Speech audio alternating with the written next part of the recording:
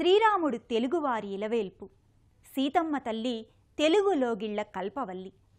అలాంటి సీతారాములు కొలువుదీరిన ప్రతి ఊరూరు అయోధ్యాపురిగా భక్తులు భావిస్తారు.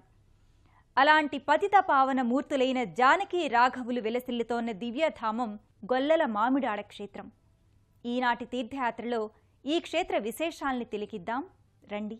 శ్రీరామ రామ రామేతి శ్రీరామ రామ రామేతి రమే రామే మనోరమే. చరితం రఘునాథస్య శతకోటి ప్రవిస్తరం ఏకైకమక్షరం రుణాంచ మహాపాతక నాశనం. అనంత కళ్యాణ గుణకారకుడు భక్తాభీష్ట ప్రదాయకుడైన శ్రీరామచంద్రుడు యుగ యుగాలుగా తెలుగువారి ఎలవేలుపుగా పూజలందుకుంటున్నాడు. రామో విగ్రహవాన్ ధర్మః, మూర్తీభవించిన ధర్మస్వరూపునిగా రఘునందనుడు తరతరాలకు ఆదర్శప్రాయుడై తేజరిల్లుతున్నాడు. ఈ నేపథ్యంలో గొల్లల మామిడాడ దివ్యక్షేత్రంలో స్వామి కోదండరామునిగా కొలువుదీరి పూజలందుకుంటున్నాడు. ప్రశాంతమైన వాతావరణంలో ప్రకృతి అందాల నడుమ అలరారుతున్న గొల్లల మామిడాడ శ్రీ కోదండరామాలయ శోభ వర్ణనాతీతం. 5 ఎకరాల విస్తీర్ణంలో సువిశాలమైన లోగిలిలో ఈ ఆలయం విరాజిల్లుతోంది. ఈ ఆలయ వైభవ ప్రాభవాలకు చిహ్నాలుగా సమున్నతమైన తూర్పు పశ్చిమ గోపురాలు గోచరమవుతాయి. స్తూపాకృతుల్లో ఉన్న ఈ గోపురాలు ఎంతో విలక్షణమైనవిగా విరాజిల్లుతున్నాయి. ప్రధాన ఆలయ ప్రాంగణం ప్రవేశద్వారంపై శ్రీ సీతారామ లక్ష్మణుల దివ్యమూర్తుల్ని భక్తులు దర్శించుకుంటారు.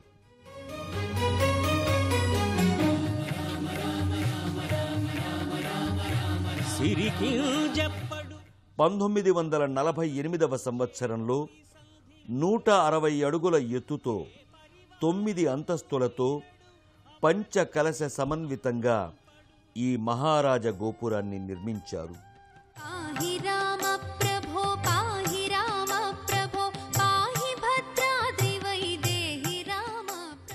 ఆలయ ప్రాంగణానికి పడమటి వైపున 1958వ సంవత్సరంలో 210 అడుగుల ఎత్తుతో 11 అంతస్తుల మహావైభవ రాజగోపురాన్ని నిర్మించారు. ఈ రామాలయానికి ప్రత్యేక ఆకర్షణగా నిలుస్తున్న తూర్పు పడమటి దిక్కులతో నిర్మించిన ప్రత్యేక అతిపెద్ద రాజగోపురాల పై వరకు మెట్లు ఎక్కి వీక్షించే అవకాశం భక్తులకు ఉంది. గొల్లల మామిడాడ వాస్తవ్యులైన ద్వారంపూడి సుబ్బిరెడ్డి, రామిరెడ్డి అనే శ్రీరామ భక్తులు ఎందరో వదాన్యులతో కలిసి 1889వ సంవత్సరంలో నిర్మించిన ఈ దేవాలయాన్ని 1934వ సంవత్సరంలో పునరుద్ధరించారు.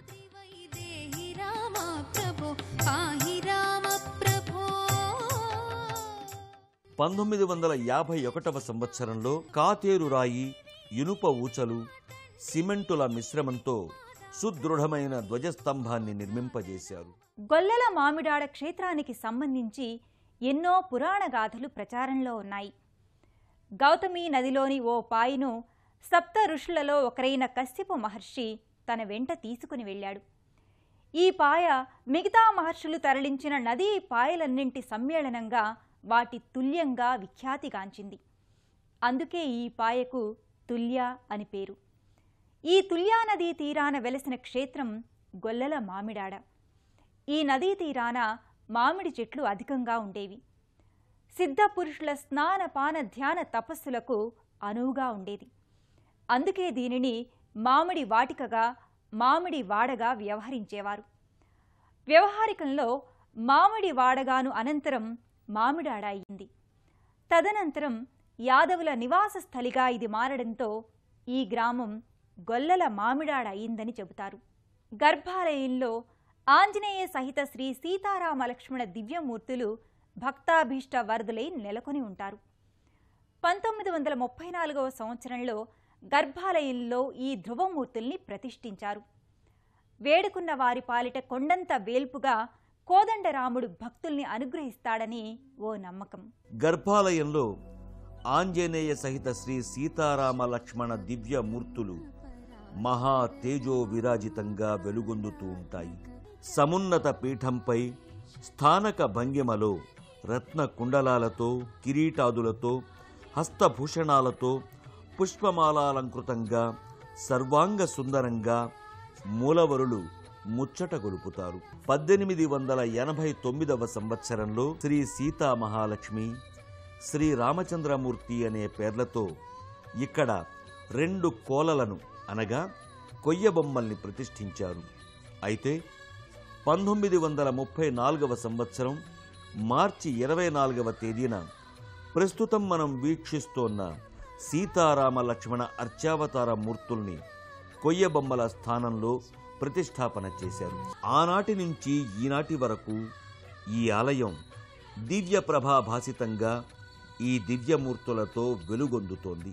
కోదండరామ పాద సన్నిధిలో ఉన్న ఆంజనేయ స్వామి ప్రతిమ 1967వ సంవత్సరం జూలై 1వ తేదీన ప్రతిష్టాపన చేశారు.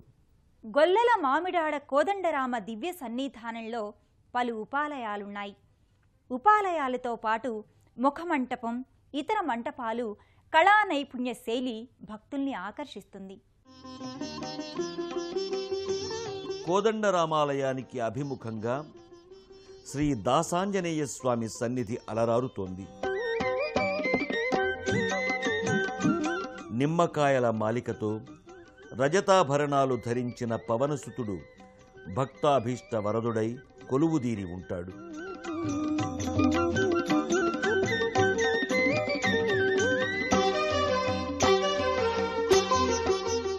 ఆంజనేయ స్వామికి మంగళవారం గంధంతో, సింధూరంతో, తమలపాకులతో సహస్రనామ పూజల్ని జరుపుతారు. శ్రీమంత హనుమంత శ్రీరామ ప్రియదూత నిరవధ్య ఘన చరిత నిను పొగడగ మేమెంత నిరవధ్య ఘన చరిత నిను పొగడగ మేమెంత శ్రీమంత హనుమంత శ్రీరామ ప్రియదూత. ప్రధానాలయంలో శ్రీ కోదండరామాలయానికి చేరువలోనే బాలగజానన స్వామి ఆలయం నెలకొని ఉంటుంది. సాధారణంగా గోచరమయ్యే వినాయక ప్రతిమలకు పూర్తి విభిన్నంగా ఈ ప్రతిమ గోచరమవుతుంది. సంపూర్ణ కవచాలంకృతుడైన స్వామికి సర్పాకృతి అలంకార విశేషంగా అమరి ఉంటుంది.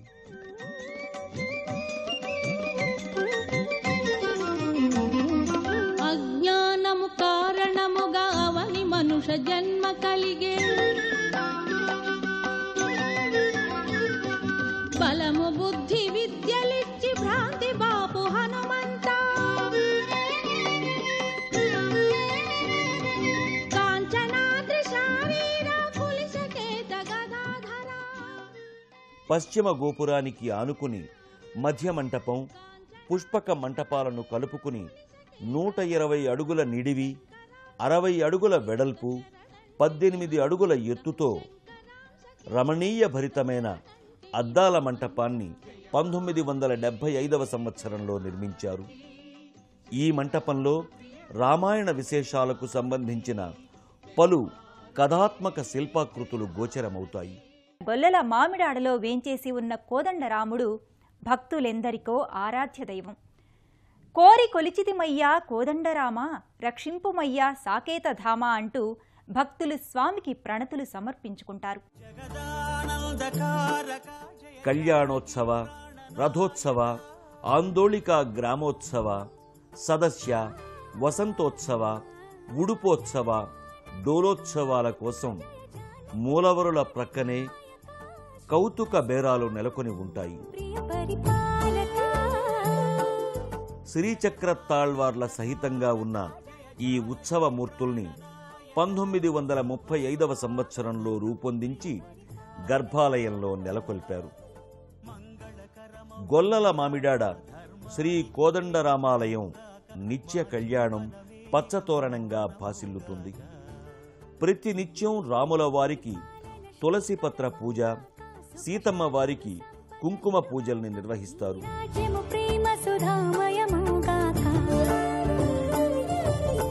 అలాగే ప్రతి గురువారం ఈ ఆలయంలో రామదేవుని వ్రతాల్ని నిర్వహించడం ఇక్కడి విశేషం. ధనుర్మాసం, కార్తీక మాసం, శ్రావణ మాసాలలో స్వామివారికి విశేష పూజల్ని నిర్వహిస్తారు.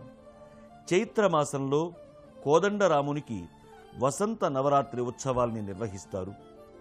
శ్రీరామ నవమి నాడు ఇక్కడ శ్రీ సీతారామ కళ్యాణ మహోత్సవాలని కన్నుల పండుగగా నిర్వహిస్తారు.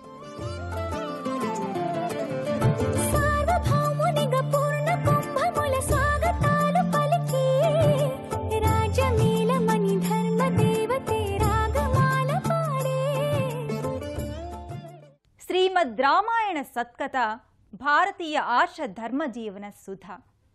రాముడు ధీరోదాత్తుడు, పావన చరితుడు, ధర్మస్వరూపుడు. ఈ సృష్టిలో తరులు, గిరులు, ఝరులు, నదీనదాలు, సూర్యచంద్రులు ఉన్నంతకాలం రామాయణం శాశ్వతం, శ్రీరాముడు శాశ్వతం. అలాంటి మర్యాద పురుషోత్తముడు నెలకొన్న గొల్లల మామిడాడ క్షేత్ర సందర్శనం మనందరికీ రమణీయ భాగ్య విశేషం. ఆ కోదండరాముని కరుణా కటాక్ష వీక్షణాలు సదా మనందరి మీద ప్రసరించాలని కోరుకుంటూ మరో తీర్థయాత్రలో మరో ఆలయ సందర్శనంతో మళ్ళీ కలుసుకుందాం. అంతవరకు సెలవు. నమస్కారం.